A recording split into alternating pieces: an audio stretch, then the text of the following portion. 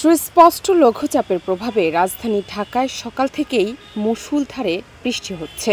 একই সঙ্গে দেশের বিভিন্ন জেলায় বিরামহীন বৃষ্টিপাত হচ্ছে। গোলসেন্স গ্রুপের হোটেলে বিনিয়োগ করে সুদমুক্ত হালাল আয়ের সাথে বিলাসী জীবনের বিরাট সুযোগ। বিনিয়োগ একবার, রিটার্ন বারবার। বাংলাদেশ আবহাওয়া অধিদপ্তর জানিয়েছে, নিম্নচাপের প্রভাবে ঢাকাসহ সারা দেশে মাঝারি থেকে অতি ভারী বর্ষণের সম্ভাবনা রয়েছে।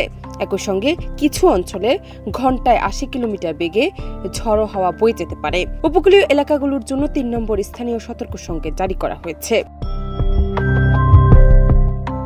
আগামী ৫ দিন পর্যন্ত দেশের ৮টি বিভাগের বিভিন্ন জায়গায় দমকা হাওয়া ও বিদ্যুৎ চমকানো সহ হালকা থেকে মাঝারি ধরনের বৃষ্টিপাত হতে পারে।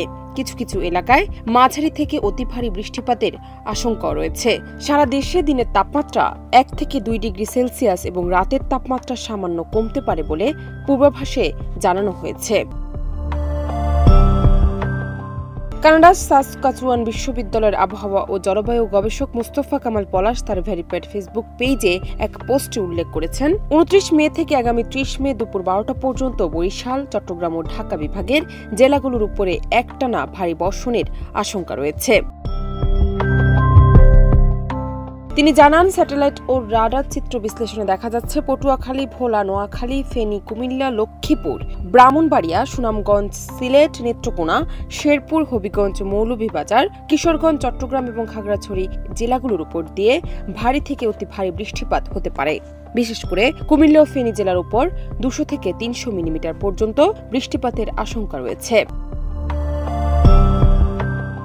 ভারী বৃষ্টিতে ঢাকা ও চট্টগ্রাম মহানগরীতে জলাবদ্ধতা এবং চট্টগ্রাম, কক্সবাজার ৩ পার্বত্য জেলায় পাহাড় ধস হতে পারে বলে সতর্ক করেছে আবহাওয়া অধিদপ্তর। জানাত নিপু, দেশ রূপান্তর।